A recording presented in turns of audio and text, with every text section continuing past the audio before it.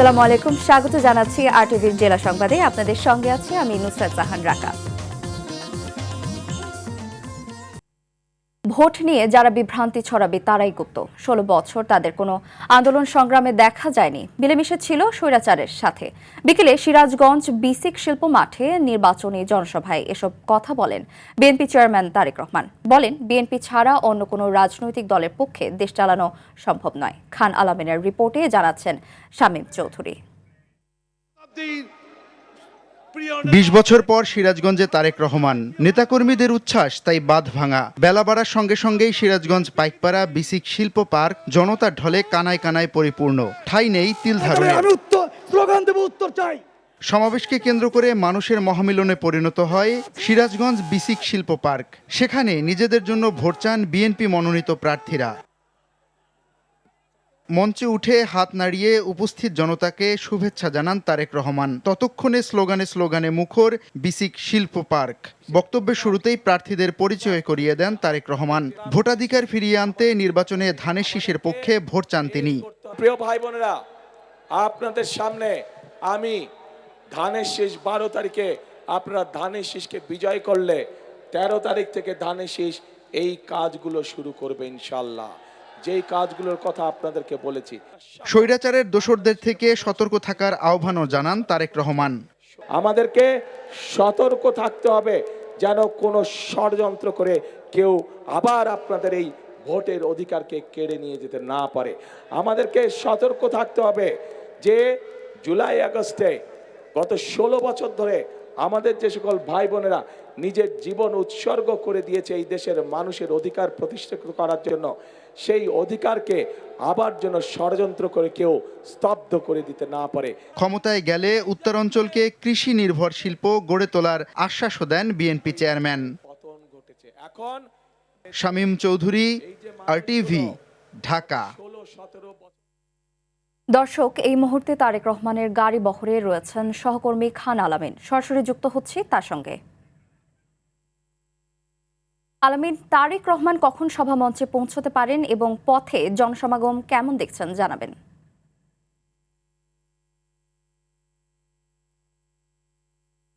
সিরাজগঞ্জের যে নির্বাচনী সমাবেশ সেটি শেষ হয়েছে।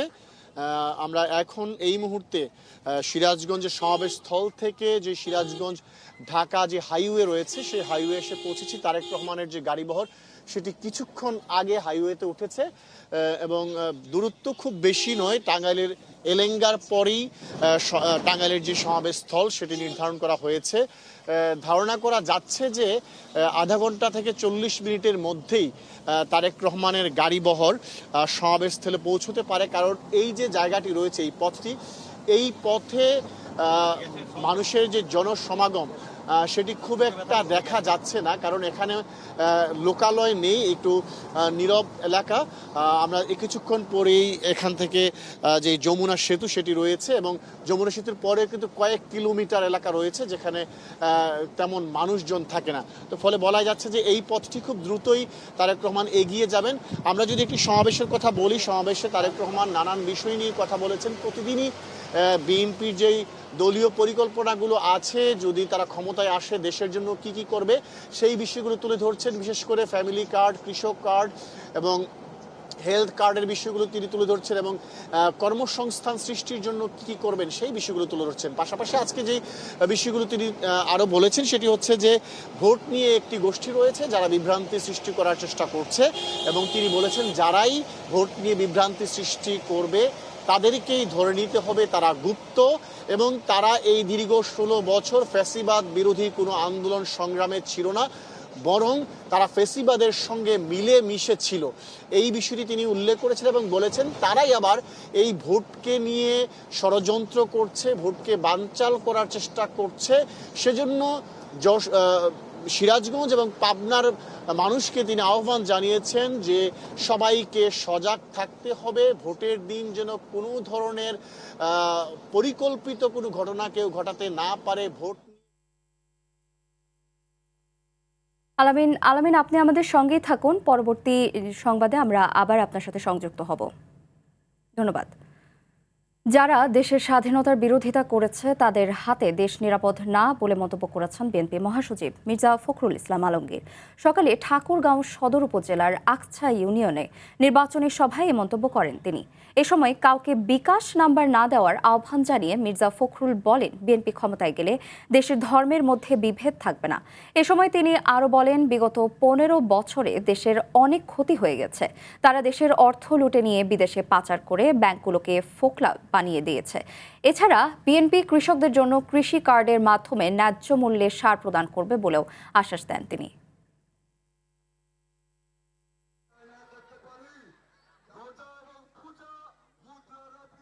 1971 সালে যখন আমরা স্বাধীনতা যুদ্ধ করি, এই দলটা আমাদের স্বাধীনতা যুদ্ধকে সমর্থন করে না। অনেক লোককে মেরে ফেলছে, অনেক লোক লক্ষ লক্ষ মানুষকে শহীদ হয়ে গেছে। সেই পাকিস্তান সেনাবাহিনীর পক্ষে যারা ছিল, ওরা ওই দলটা এখন এসে কিন্তু একবারের জন্য মাপ চায় না, ক্ষমা চায় না। আমি ওই সময় ভুল করছিলাম, এই ভুলগুলো ক্ষমা করে দিয়ে ভাই আমাকে রাজনীতি করার সুযোগ দাও, সেটা করে না। তো যারা এটা করে নাই, যারা আমার স্বাধীনতার বিরোধিতা করছে, তার হাতে কি আমি দেশের দায়িত্ব তুলে দিতে পারি?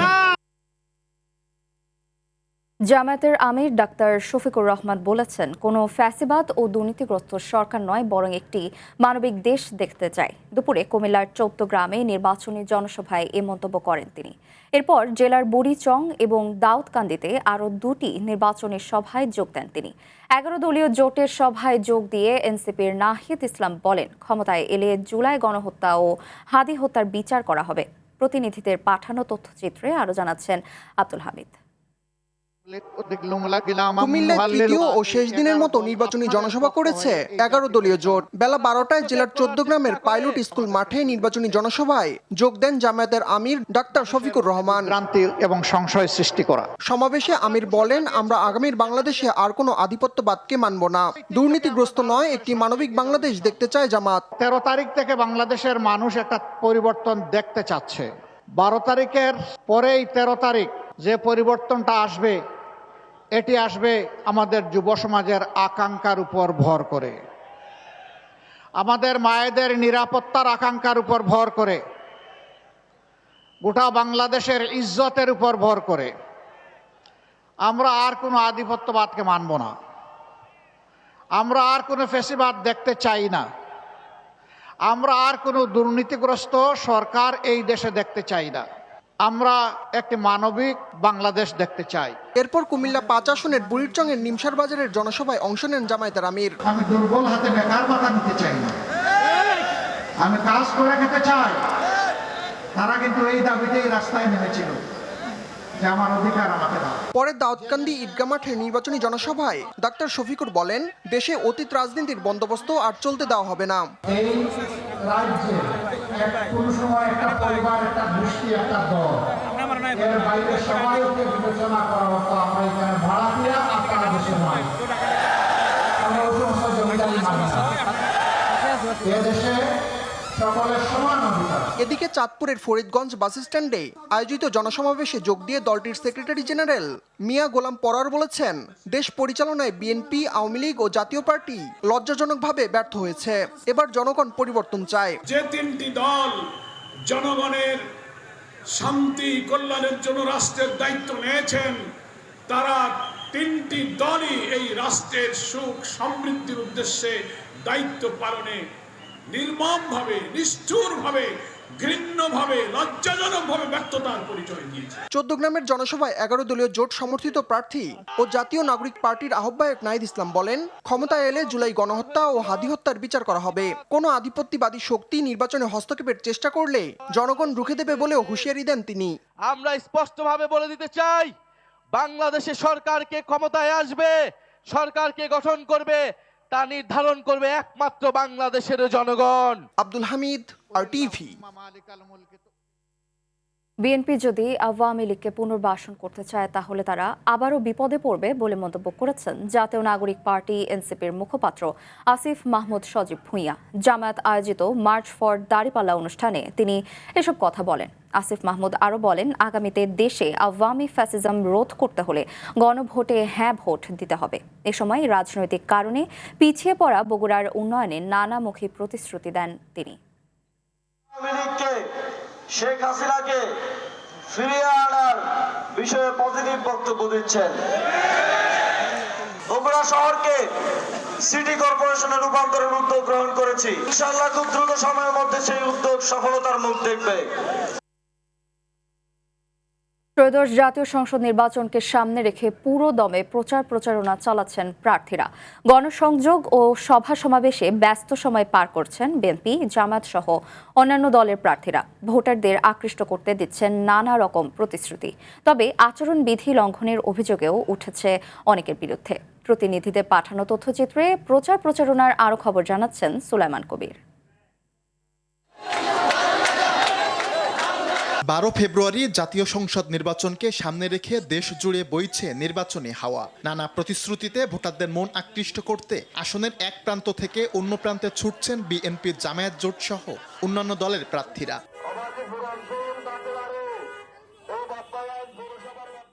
নির্বাচনী প্রচারণার অষ্টম দিনে কক্সবাজারের চকরিয়া পৌরসভায় গণসংযোগ করেছেন কক্সবাজার 1 আসনে ধানের শীষের প্রার্থী সালাউদ্দিন আহমদ। এ সময় তিনি ধানের শীষে ভোট দিলে শক্তিশালী গণতন্ত্র প্রতিষ্ঠিত হবে বলে মন্তব্য করেন। সকালে দিনাজপুরের নবাবগঞ্জে নির্বাচনী প্রচারণা ও ভোট প্রার্থনা করে নানা প্রতিশ্রুতি দিয়েছেন দিনাজপুর 6 আসনের বিএনপি প্রার্থী ডাক্তার AZM জাহিদ হোসেন।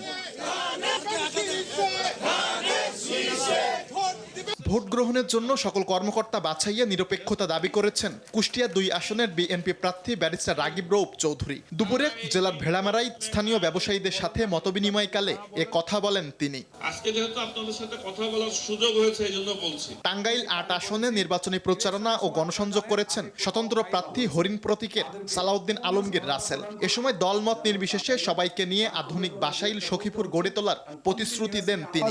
300 আসনের একটি এমপি যদি এই কথাটা বলে আপনারা আমাকে প্রমাণ করবেন। সকালে পটুয়াখালী 1 আসনে মহিলা সমাবেশ করেছেন বিএনপি মনোনীত প্রার্থী আলতাফ হোসেন চৌধুরী। এদিকে পটুয়াখালী 3 আসনে বিএনপি সমর্থিত গণ অধিকার পরিষদের প্রার্থী নুরুল হক নূরকে শোকজ করেছে নির্বাচনী অনুসন্ধান বিচারিক কমিটি। তাহলে এই দেশের উন্নয়ন হবে। ঝালকাঠি 2 আসনে বিভিন্ন এলাকায় গণসংযোগ ও লিফলেট বিতরণ করেছেন জামায়াতের প্রার্থী SM নিয়ামুল করিম। একই আসনে গণসংযোগ করেছেন বিএনপি প্রার্থী ইসরাত সুলতানা ইলেন ভুট্টো ও জাতীয় সমাজতান্ত্রিক দলের প্রার্থী মাসুদ পারভেজ। সেটা প্রত্যেকের সচেতন নৈতিক দায়িত্ব। আর বিশেষ করে নরসিংদী সদরে গণসংযোগ ও উঠান বৈঠক করেছেন নরসিংদী 1 আসনে ধানের শীষের প্রার্থী খায়রুল কবির খোকন। নাটক 2 আসনে বিএনপি প্রার্থী অ্যাডভোকেট M রুহুল কুদ্দুস তালুকদার দুলু ও জামায়াতের প্রার্থী আতাউর রহমান বাচ্চু নির্বাচনী প্রচারণা চালিয়েছেন। এদিকে গোপালগঞ্জ 2 আসনে রিকশা শ্রমিক সমাবেশ করেছেন 11 দলীয় জামায়াত জোটের খেলাফত মজলিসের প্রার্থী শুয়াইব ইব্রাহিম। দুপুরে ব্রাহ্মণবাড়িয়া 4 আসনে পথসভা করেছেন বিএনপি মনোনীত প্রার্থী মুশফিকুর রহমান। দলের নেতাকর্মীদের নিয়ে গণসংযোগ করেছেন জামালপুর 3 আসনে জাতীয় পার্টির প্রার্থী মীর শামসুল আলম লিপ্টন। এদিকে বরিশালের বাবুগঞ্জে প্রচারণা চালিয়েছেন বরিশাল 3 আসনের গণ অধিকার পরিষদের প্রার্থী HM ফারদিন ইয়ামিন। চট্টগ্রাম 4 আসনে বিএনপি মনোনীত প্রার্থী লায়ন আসলাম চৌধুরী সমর্থনে উঠান বৈঠক অনুষ্ঠিত হয়েছে। এছাড়াও মাদারীপুর 2 আসনে বিএনপি প্রার্থী জাহানদার আলী মিয়া ও ময়মনসিংহ 1 আসনে বিএনপি প্রার্থী সৈয়দ ইমরান সালেহ প্রিন্সের পক্ষে নির্বাচনী প্রচারণা করেছেন দলীয় নেতাকর্মীরা।